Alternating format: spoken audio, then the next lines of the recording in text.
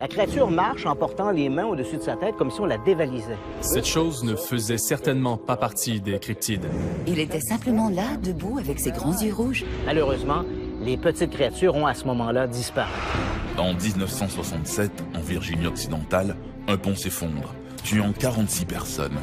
Un être étrange a pourtant tenté d'avertir les citoyens par télépathie.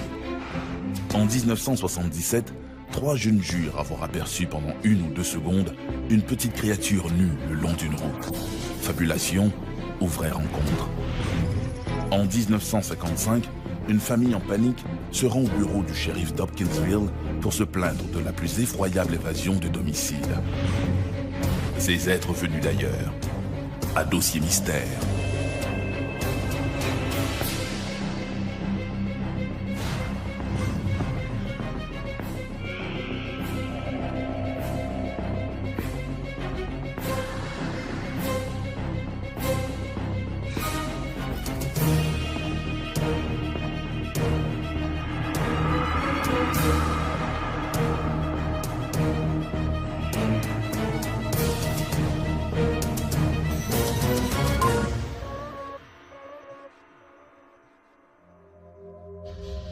Les monstres, depuis l'Antiquité, ils incarnent par leur visage difforme les aspects les plus sombres de l'humanité et éveillent nos peurs les plus irraisonnées. La réalité n'est peut-être pas si loin de la mythologie. Ils sont nombreux les témoins qui affirment s'être retrouvés face à face avec de telles chimères.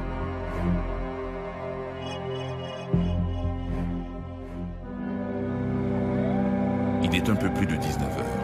Au volant de sa voiture, Woodrow Derenberger rentre chez lui à Mineral Wells. Soudain, Derenberger voit apparaître devant lui un étrange engin volant. L'OVNI s'immobilise bientôt à quelques centimètres au-dessus de la chaussée. Une porte s'ouvre sur le côté et un homme en descend. Il s'approche du véhicule de Derenberger qui s'est arrêté en apercevant l'engin. L'étranger se dirige du côté chauffeur et s'adresse au quinquagénaire. Il ne parle pas à voix haute, mais son interlocuteur entend ces mots comme si l'inconnu les transmettait directement dans son esprit. « N'ayez pas peur, nous ne vous voulons aucun mal. Je m'appelle Indrid Cole. » Il lui explique qu'il est un extraterrestre venu de la planète Lanulos, dans la galaxie de Ganymède. Il annonce que des changements sont imminents. Quelque chose se prépare. Quelque chose va arriver. Quelque chose doit arriver.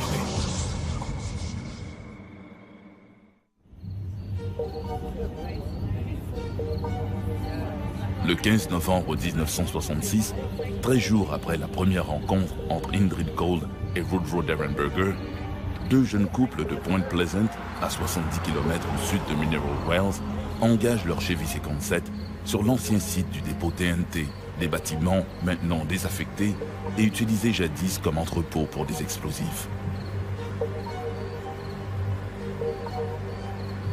Dans les années 60, à l'époque des observations du Mothman, la zone de TNT n'était qu'un dépôt de munitions, vacant et abandonné. Durant la Seconde Guerre mondiale, c'est là qu'on fabriquait des bombes et du TNT dans le cadre de nos efforts de guerre. À la fin de la guerre, le gouvernement s'est tout simplement retiré, en laissant tout en place. Durant les années 60, c'est là que les adolescents se rencontraient pour faire des courses d'accélération, rencontrer leurs copains, des trucs comme ça. C'était assez loin des limites de la ville pour que le chef de la police ne les embête pas. Il est 23h30 et l'endroit est complètement désert à cette heure tardive. Soudain, tous aperçoivent une créature de haute stature qui se dissimule derrière les buissons. La chose a de quoi effrayer.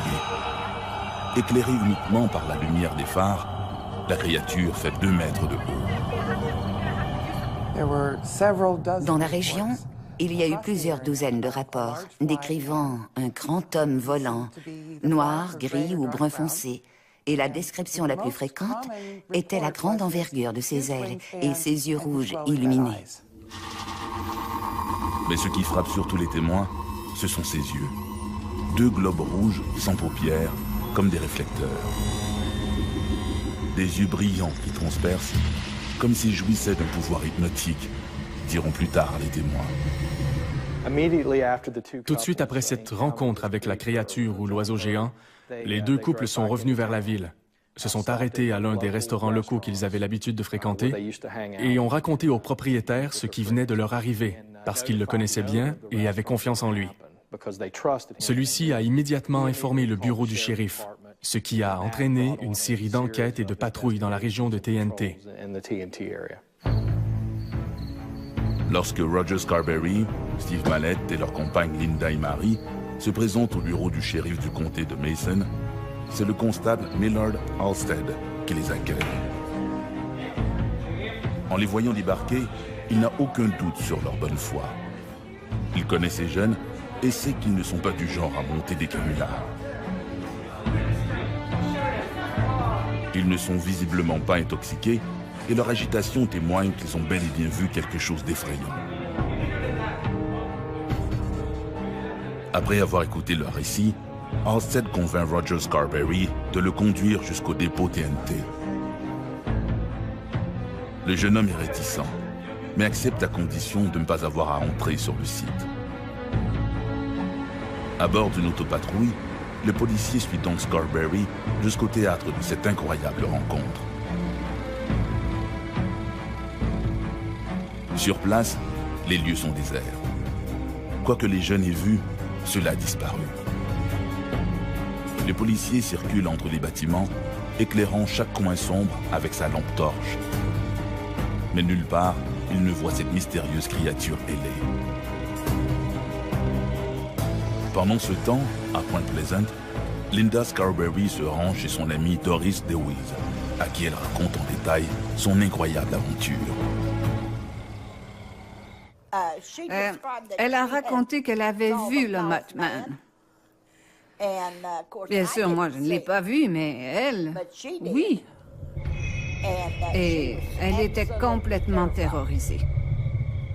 On a dû appeler un médecin afin qu'il lui donne une dose d'un médicament pour la calmer, parce qu'elle était hystérique. L'histoire de cette rencontre singulière s'est répandue comme une traînée de poudre.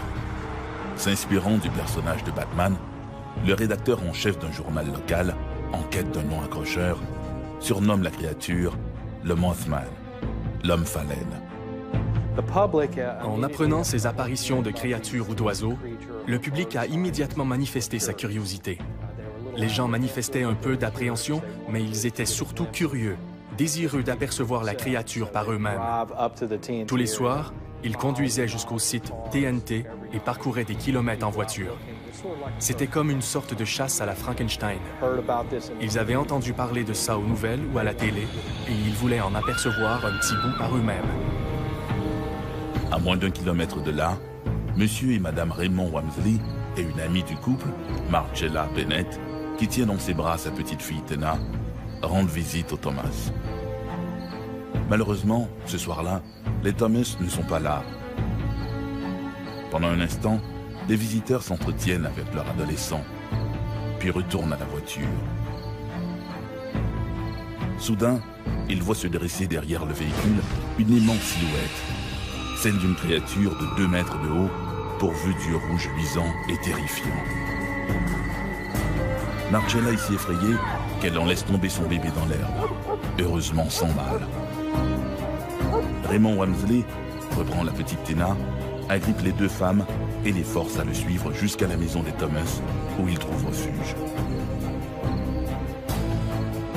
Comme il arrive souvent, les journalistes qui venaient faire des reportages sur ces événements voulaient des explications.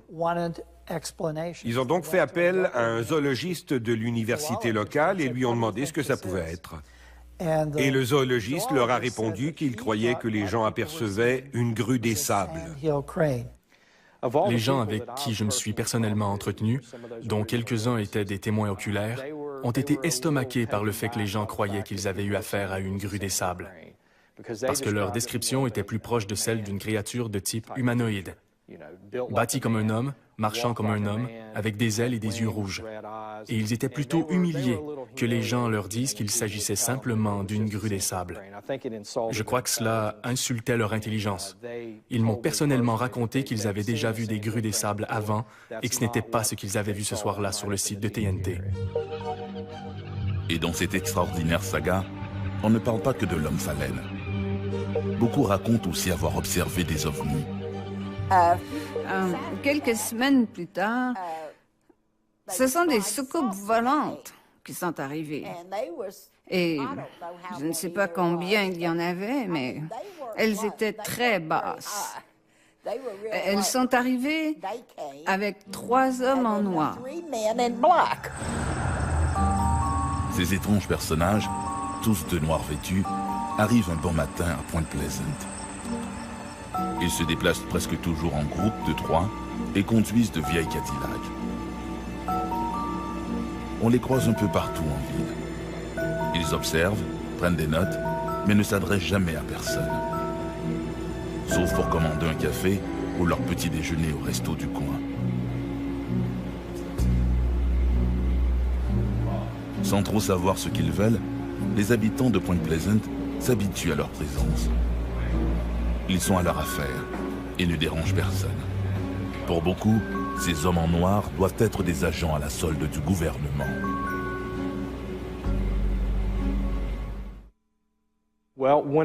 À partir du moment où on a observé les Mothman et les ovnis, plusieurs des témoins ont parlé de ces hommes étranges, habillés en noir, portant lunettes noires et chapeaux, qui venaient à leur domicile ou dans leur commerce, leur demandant pourquoi ils avaient relayé ces informations aux journaux ou aux médias.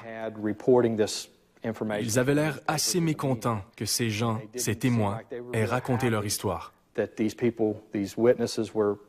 Et quelques-uns de ces témoins se sont tus, refusant de parler aux reporters, aux rédacteurs ou aux enquêteurs. Et même certaines personnes qui n'avaient pas observé le Mothman ont été prévenues de se tenir loin de là et ont reçu la visite des hommes en noir. Maintenant, les hommes en noir sont apparus bien avant ces événements, vers les années 1955, lorsque Albert Bender, un enquêteur de soucoupe volante, s'est fait dire de cesser ses enquêtes par des hommes portant costume noir, chapeau noir et conduisant une Cadillac noire. Ils lui ont dit de cesser ses enquêtes parce qu'il s'approchait de trop près. Et de fait, il a été assez intimidé qu'il a cessé ses enquêtes. Dans l'année qui suit, ce sont des dizaines d'apparitions du Mothman qui sont rapportées. Quand j'étais jeune enfant, vers l'âge de 8 ou 9 ans, j'ai aperçu ce que j'ai cru à l'époque être un homme en costume de plongeur. Il avait des ailes. Il se tenait entre la voie ferrée et la rivière. Et il était simplement là, debout, avec ses grands yeux rouges.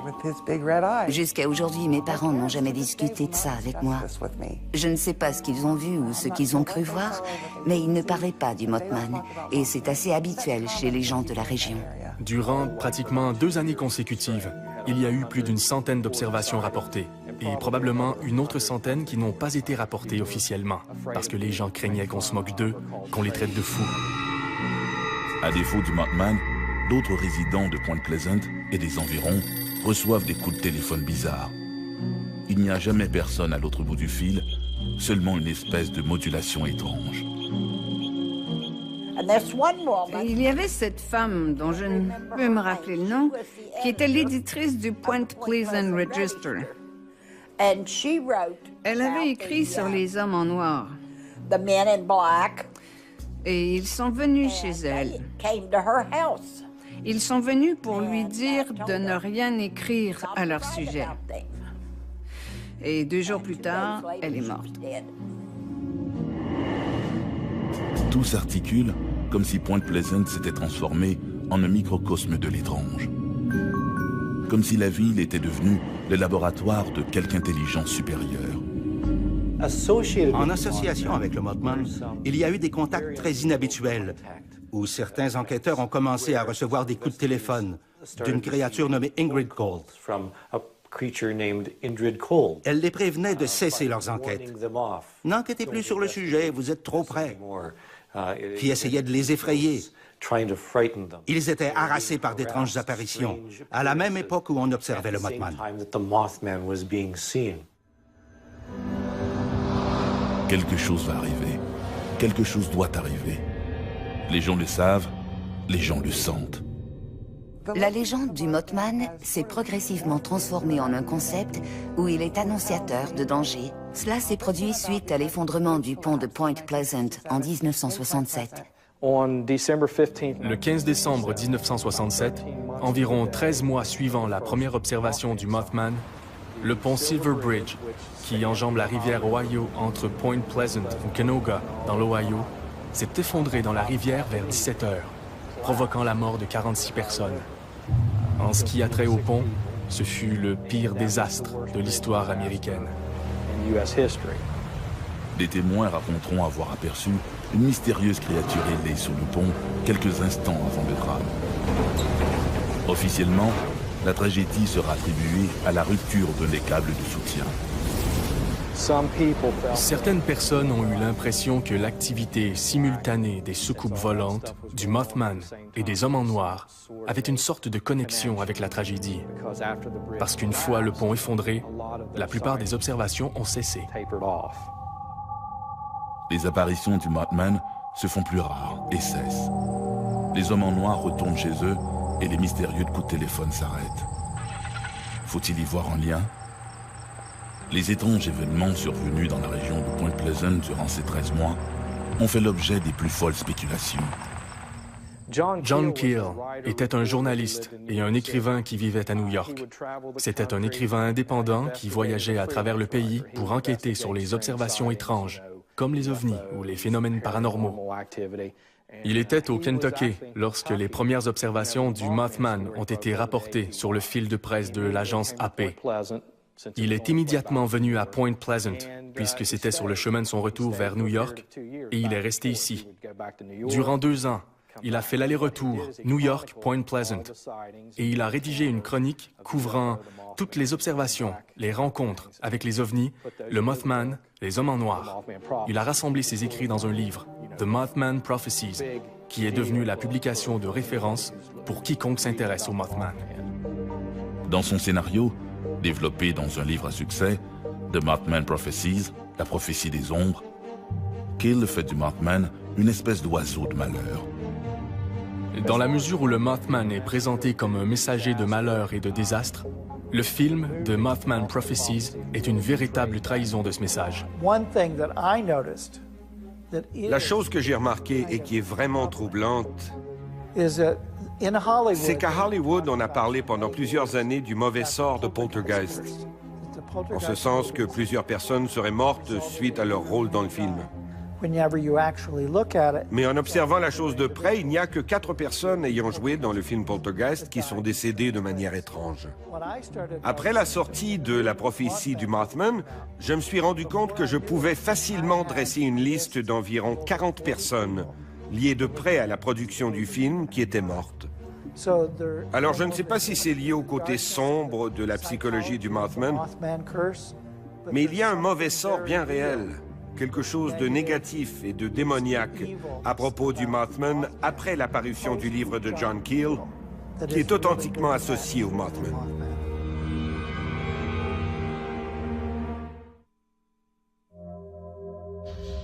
Conjuguer l'angoisse et l'imagination peut enfanter des monstres, des créatures chimériques. Pourtant, pour certains, elles sont là. S'agit-il de canulars ou d'une méprise avec des animaux connus? Mais quel animal pourrait être confondu à un hybride de kangourou et de gargouille? Une chimère assoiffée de sang, comme celle aperçue en 1977 au Massachusetts. La petite Volkswagen roule à la sortie de Dover. William Bartlett et ses 2 amis Mark Mazoka et Andy Brody écoutent de la musique à tue-tête. Arrivé près de Farm Street, Bartlett amorce un virage serré. C'est en exécutant sa manœuvre qu'il aperçoit, éclairé par les phares de sa voiture, une créature des plus bizarres. La créature ne reste visible que 5 ou 6 secondes, mais Bill Bartlett jure à ses amis qu'il l'a bien vue. il n'oubliera jamais sa rencontre avec le démon de Dover. Dover est une petite ville d'à peine 5000 citoyens, située à 25 km au sud de Boston, dans le comté de Norfolk. C'est une petite communauté rurale typique de la Nouvelle-Angleterre. La première observation du démon de Dover s'est produite le 21 avril 1977 à 22h30, lorsqu'un individu nommé Bill Bartlett conduisait sa Volkswagen sur Farm Street. Il y avait 3 autres personnes dans la voiture qui n'ont pas remarqué ce qu'il a vu. C'est lui qui conduisait, qui regardait devant et qui a aperçu dans la lumière des phares une créature perchée sur un muret de pierre. Il l'a décrite comme ayant une grosse tête ovoïde qui se déplaçait difficilement en s'appuyant sur 3 orteils et 3 doigts. Elle avait un très petit corps et 2 yeux d'où émanait une lueur orange ou rouge, ou orange et rouge. De retour chez lui, il s'est immédiatement installé à son bureau et a entrepris de dessiner la créature. 2 heures plus tard, John Baxter quittait le domicile de son ami de cœur à environ 1 mile de l'endroit où Bill Bartlett avait eu sa vision. Et subitement, au milieu de la route, une petite route rurale, il a aperçu une personne qu'il a prise pour un écolier. Selon sa description, comme l'écolier avait une grosse tête, il a cru que c'était MJ. Et il s'est mis à crier « MJ, est-ce que c'est toi ?» En s'approchant, il aperçoit subitement une créature qu'il décrira comme un gros 8, c'est-à-dire une grosse tête ronde et un gros corps rond avec des doigts et des jambes fuselées qui s'enfuit dans les bois puis disparaît. Arrivé chez lui, l'adolescent se confie à sa mère. Il lui dessine tant bien que mal la créature. À ce moment-là, le jeune Baxter ignore tout de l'observation de Bill Bartlett. Il ne l'apprendra que 5 jours plus tard. Pourtant, les dessins des 2 adolescents sont tout à fait identiques. Le lendemain soir, le 22 avril 1977, Will Tenter, 18 ans, un copain de Bill Bartlett, roule en compagnie d'Abby Brabham, 15 ans. Le lendemain soir, Abby Brabham et son ami Will sont en voiture. Et ils aperçoivent quelque chose qu'ils sont incapables d'identifier. Ils n'ont pas pu observer la chose aussi bien que Bill Bartlett et John Baxter, mais eux aussi ont aperçu une créature aux environs de minuit, donc 26 heures après la première observation par Bill Bartlett. Le lundi suivant, 25 avril, Bill Bartlett se confie à son professeur de sciences, Robert Linton, lequel est impressionné par le ton de sincérité de l'adolescent. À l'époque des événements, le cryptozoologue Loren Coleman s'intéresse à ces étranges apparitions. Ce qui s'est passé, c'est qu'à cette époque, je travaillais dans une école spécialisée pour les garçons ayant des troubles émotionnels, juste de l'autre côté de la rivière Charles et du comté de Dover, au Massachusetts. Régulièrement, lors de mes journées de congé, je fréquentais un magasin nommé le Dover Country Store. Je me trouvais être là-bas le 28 avril, lorsque j'ai remarqué, derrière la caissière, Melody Fryer, un dessin qui était l'une des esquisses réalisées par Bill Bartlett de ce que, j'allais l'apprendre plus tard, on appelait le démon de Dover. Et j'ai demandé qu'est-ce que c'est, qu'est-ce qui se passe. Et elle m'a raconté ce qu'elle savait, à savoir que cette personne, un habitant des lieux, avait aperçu cette créature. Je lui ai demandé si je pouvais avoir son numéro de téléphone. Je l'ai joint rapidement, je l'ai rencontré et j'ai interviewé tous les témoins oculaires. Loren était un type brillant. Quand il a entendu parler de cette déclaration, il s'est rendu là-bas avec son expertise de cryptozoologue et s'est fait accompagner par 2 personnes qui avaient une expérience d'enquêteur sur les observations d'ovnis et de créatures extraterrestres. Parce que ce truc ne cadrait certainement pas avec le champ de la cryptozoologie. Le père de Bill Bartlett témoigne que son fils était très agité à son arrivée à la maison. Il n'a jamais eu le moindre doute quant à l'authenticité de son témoignage. Les familles de tous ces témoins oculaires les appuyaient complètement. Elles n'avaient aucune idée sur la créature, elles ne savaient pas ce que leur fille ou leur fils avait vu et n'émettaient aucune hypothèse sur la chose, mais elles endossaient totalement la crédibilité des individus. Mike Mazzocca et Andy Brody qui accompagnait Bill Bartlett au moment de l'observation, déclarent aussi que leur ami paraissait réellement effrayé. Même s'ils ne l'ont pas vu eux-mêmes, ils se disent persuadés que le démon était quelque chose de bien réel. Le jeune John Baxter a également l'appui de son entourage. Malgré cette unanimité, le doute subsiste chez les enquêteurs. Certains enquêteurs se demandaient s'ils n'essayaient pas simplement de copier Bartlett. Mais le problème est que ces individus n'avaient pas communiqué l'un avec l'autre. Ils ne connaissaient pas la version de l'autre et ne l'ont apprise que plus tard, après la visite des enquêteurs et les articles dans les médias. Comme les observations s'étaient déroulées durant une semaine de congé scolaire, ils n'étaient même pas à l'école ensemble. À l'école secondaire de Dover, fréquentée par Bill Bartlett et John Baxter, le sentiment des figures d'autorité est plus mitigé. Richard Wakely, le directeur de l'établissement, ne croit pas les deux garçons capables d'échafauder une telle supercherie. Ce ne sont pas des faiseurs de troubles, non. Ce sont de simples étudiants comme tous les autres, ajoute-t-il. Une opinion qui n'est pas partagée par tout le corps enseignant. Le seul commentaire sceptique dont nous ayons été témoins provenait d'un professeur d'art plastique qui semblait jaloux du talent de Bill Bartlett, lequel était sur le point d'émerger. Deux institutrices disent de Bartlett qu'il est au contraire le genre d'adolescent à monter ce type de canular. Les deux enseignantes l'accusent aussi de fréquenter les éléments les plus douteux de l'établissement scolaire, ajoutant l'avoir vu à maintes reprises en compagnie de John Baxter dans les corridors de l'école. Selon eux, Bartlett n'a aucun intérêt pour les matières académiques, sauf pour les arts, domaine où il fait preuve d'un extraordinaire talent. Il croit d'ailleurs que son désir d'être reconnu comme artiste est peut-être sa motivation dans cette affaire. Il n'y a absolument aucun indice qui laisse croire qu'il recherchait ce genre de publicité.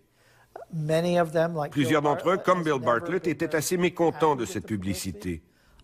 Et c'est une impression qui m'a frappé dès le début. Dans une affaire comme celle du démon de Dover, la première hypothèse de travail est celle d'une confusion avec un animal connu. Dans cette perspective, les enquêteurs suivent plusieurs avenues. Quand nous avons commencé à enquêter sur le démon de Dover, nous avons préalablement éliminé tous les animaux qui auraient pu être des candidats plausibles. Tout d'abord, parce que nous sommes dans une région où il y a beaucoup de chevaux, nous nous sommes demandé, aurions-nous affaire à un cheval nouveau-né?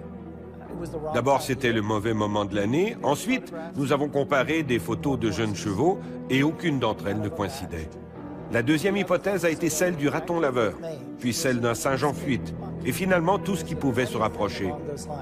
Nous avons épluché tous les rapports de police, tous les rapports d'animaux disparus, et absolument rien ne coïncidait. Tous les témoins ont été unanimes à dire que la créature était sans poils et n'avait ni nez, et encore moins un museau, ni bouche, ni oreille, ni queue. Un canular alors. Dans la petite communauté de Dover, le sentiment général est plutôt favorable aux adolescents. Le chef de la police municipale, Carl Sheridan, décrit Bartlett comme un artiste et un témoin crédible. L'un des témoins les plus positifs concernant la crédibilité des adolescents fut le chef de police de Dover. Il les connaissait tous et il avait la conviction qu'ils ne mentaient pas. Même si l'hypothèse de la supercherie ne peut jamais être tout à fait écartée, les enquêteurs ne trouvent aucun motif pour justifier une telle arnaque. Plus de 30 ans se sont écoulés depuis ces événements. 3 décennies qui ont fait passer le démon de Dover d'un amusant fait divers à une véritable référence folklorique. Aujourd'hui, c'est devenu un personnage de bande dessinée, des petites figurines au Japon. Et même la Société historique de Dover, qui avait toujours cherché à se distancier des premiers témoignages, vend aujourd'hui un T-shirt à l'effigie du démon de Dover. Et la société fait de l'argent avec celui-ci. Quant aux principaux témoins, aujourd'hui des adultes d'âge moyen, et se sont fondus dans l'anonymat. C'est devenu un cas célèbre, mais chacun des 4 jeunes a vécu une vie différente. Ils se sont éloignés de la science-fiction. Bill Bartlett est un artiste peintre reconnu qui fait des tableaux hyper réalistes inspirés de la nature. Quant à John Baxter, Will et Abby Braben, on n'entend plus jamais parler d'eux. C'est comme s'ils étaient disparus, fondus dans l'histoire. Le démon de Dover les avait rendus célèbres et il semble satisfait de ça. Quelle était donc la nature de cette mystérieuse créature? Le démon de Dover est un dossier dans lequel je me suis beaucoup impliqué. J'ai eu la chance d'être présent avant qu'il ne soit contaminé par les médias ou par des répétitions excessives. Je me sens profondément connecté avec l'histoire du démon de Dover. Mais c'est également un dossier à propos duquel j'ai toujours eu la prudence de dire « je ne sais pas ». L'affaire du démon de Dover est frustrante, en ce sens qu'elle ne nous permet pas, en toute objectivité, de trancher entre la certitude et le doute. Mais si vous songez à aller vous balader dans les forêts de la Nouvelle-Angleterre, ne partez pas sans votre appareil photo. Qui sait ce que vous pourriez rencontrer au détour d'un arbre?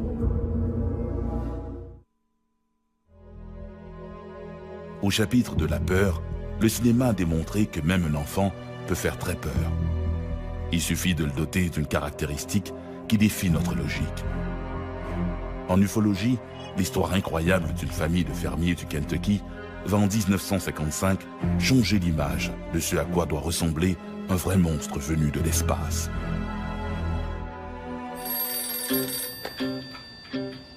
Les dimanches soirs sont plutôt ennuyants au bureau du shérif d'Hopkinsville. Mis à part l'appel routinier de Madame Tanner pour se plaindre que le chien du voisin a encore uriné sur ses fleurs, rien de bien excitant.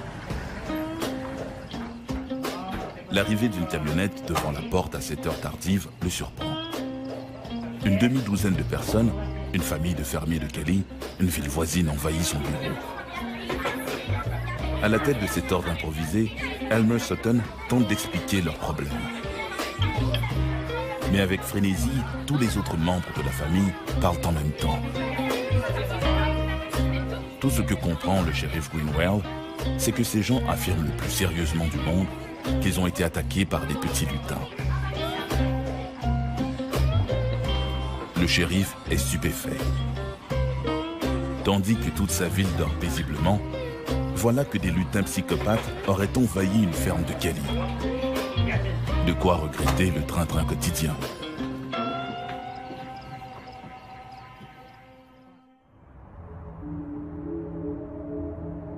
Hopkinsville, au Kentucky, n'a pas beaucoup changé depuis 1955. Les magnifiques bâtiments historiques du centre-ville, qui autrefois étaient animés par des commerces prospères, ont perdu de leur lustre.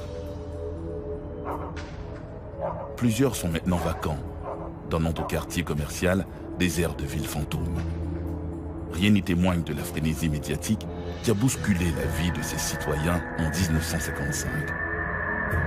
À la fin de l'été de cette année-là, la télévision, la radio et les journaux de l'Amérique ont envahi la place pour couvrir un fait divers étonnant. Probablement le plus étrange et le plus incroyable de cette décennie. À l'époque, les médias américains n'avaient d'intérêt que pour l'espace et les objets volants non identifiés. Au cœur de cette controverse, un couple de fermiers, Elmer Sutton et son épouse Vera. Mon père, Elmer Lucky Sutton, il avait hérité de ce surnom de Lucky parce qu'il était chanceux. Il a vécu beaucoup d'adversités dans sa vie. Il a quitté la maison durant le carnaval à l'âge de 14 ans. À l'époque, la femme de son père, Vera, était un peu plus âgée que lui. Mais ils avaient du plaisir ensemble, de vrais adolescents. Ils avaient monté un spectacle tous les deux, où mon père lançait des couteaux dans sa direction. Accrochés à une planche, les couteaux venaient se planter tout autour d'elle. De quoi donner la chair de poule. Pourquoi ils faisaient ça, je n'en sais rien, mais ils l'ont fait. Ils étaient comme ça. Croquis à l'appui, le couple Sutton, leur ami Billy Ray, son épouse et leur enfant, ont affirmé avoir été attaqués par des nains aux yeux jaunâtres avec de grandes oreilles pointues et marchant portant leurs bras levés au-dessus de leur tête, comme si on les dévalisait, diront plus tard la famille. La presse à sensation titra « Extraterrestre venu de l'espace ».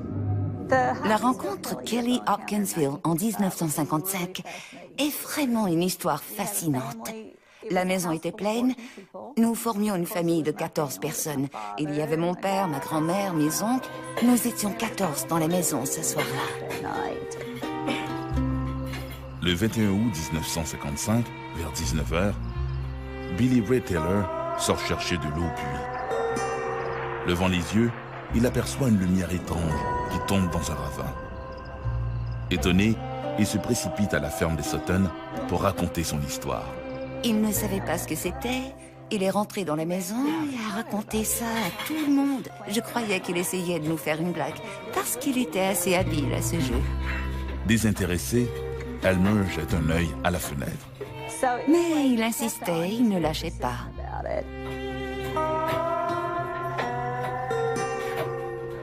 Mais comme toute la maisonnée s'apprête à desservir la table pour y jouer une partie de cartes, la lumière de Billy, que tous croient n'être qu'une étoile filante, est vite oubliée dans le brouhaha.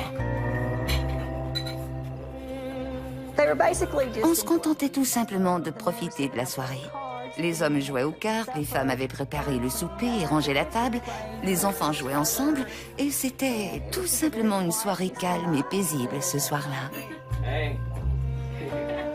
Une heure plus tard, le chien se met à aboyer. Intrigués, Billy Ray et Elmer Sutton décident d'aller voir ce qui se passe. Alors mon père s'est levé et a dit « Viens me montrer ce que tu as vu ». Et ils se sont rendus près du puits. Billy Ray a pointé le ciel en lui décrivant ce qu'il avait vu.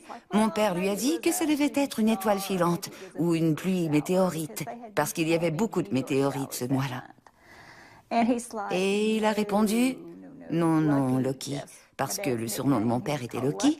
« Non, Loki, ce n'était ni l'un ni l'autre. C'est quelque chose que je n'ai jamais vu. » Alors ils sont revenus vers la maison et comme ils allaient rentrer, ils ont aperçu quelque chose qui sortait du bois. Quelque chose qui mesurait environ 1 mètre, 1 mètre et demi. Ils se sont précipités dans la maison et ont annoncé à tout le monde « Il y a quelque chose, mais on ne peut pas expliquer ce que c'est. » C'est là que ma grand-mère s'est dit que pendant qu'ils étaient dehors, les 2 gars avaient échafaudé toute cette histoire pour faire peur aux filles. Alors on leur a dit d'arrêter parce qu'ils faisaient peur aux enfants. Il y avait plusieurs enfants dans la maison et mon père a répondu « Non, maman, il y a vraiment quelque chose, je suis honnête. » Ma grand-mère a compris qu'ils étaient vraiment sérieux quand mon oncle et mon père ont attrapé le fusil et la carabine et se sont dirigés vers la porte pour faire le guet. Pas longtemps après, ils sont sortis et les coups de feu ont commencé. Un vrai western. Sur le porche, Elmer tire sur un butin qui bondit du toit de la galerie pour s'enfuir dans la cour. Le bruit de l'impact des balles leur donne l'impression qu'ils tirent sur des seaux en métal vide.